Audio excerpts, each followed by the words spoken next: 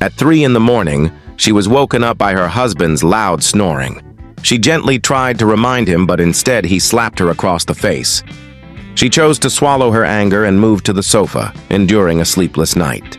The next morning, she overslept and rushed out, only to find her car blocked in by the neighbor's vehicle. She couldn't even get into the driver's seat.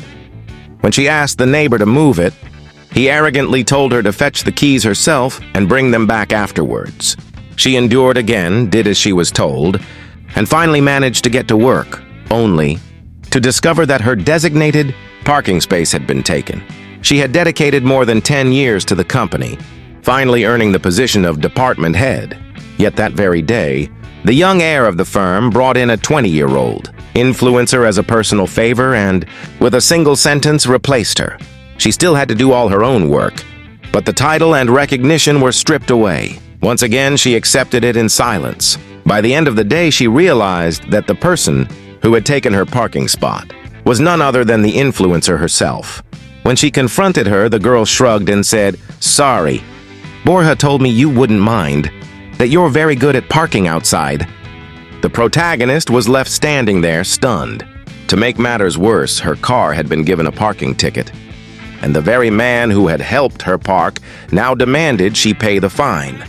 It seemed that being too kind, too tolerant, only led to more disrespect. When she returned home, she found the internet repairman waiting. He told her he hadn't been able to fix the line because nobody opened the door. But she knew her husband had been home all day. When she asked him why he hadn't answered, he coldly told her to shut up and not disturb his art. Her life was collapsing under the weight of neglect and humiliation. She was already relying on anti-anxiety pills, yet her stress only grew worse. That night, once again driven to the sofa by her husband's snoring, she switched on the TV. An advert for an Indian spiritual healer appeared, claiming to cure anxiety and empower the mind. Desperate, she decided to try.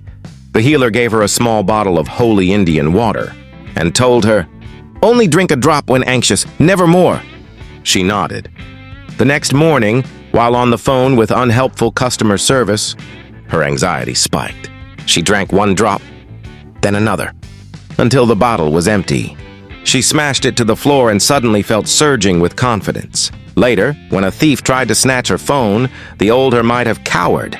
But this time she gave chase, caught him, and beat him until the crowd around them applauded. At work, when her boss unfairly berated her, she no longer bowed her head. Instead, she spat back, "What do you know about running a company, you idiot? You only studied half a year in agricultural tech.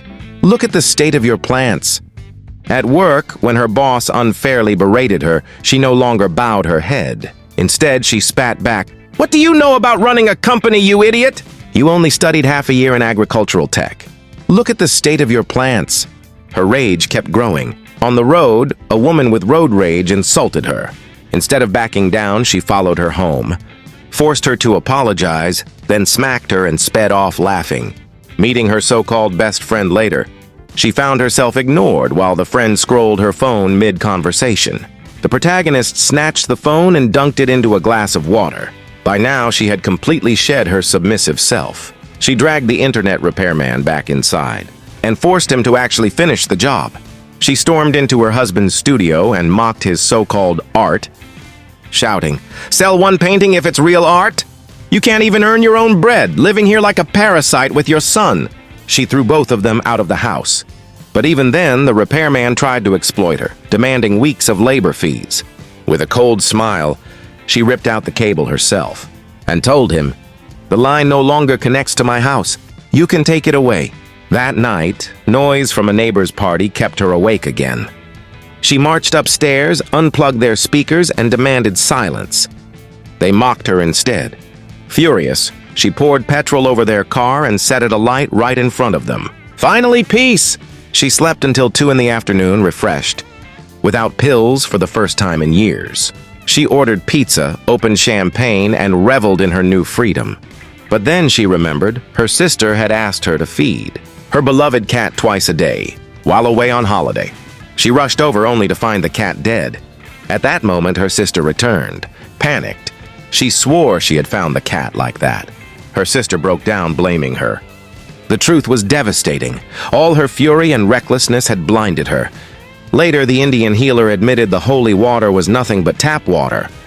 He was not a charlatan, but a psychologist using suggestion to unlock her pent-up rage. The problem had never been the water, but the years of bottled-up frustration finally bursting out.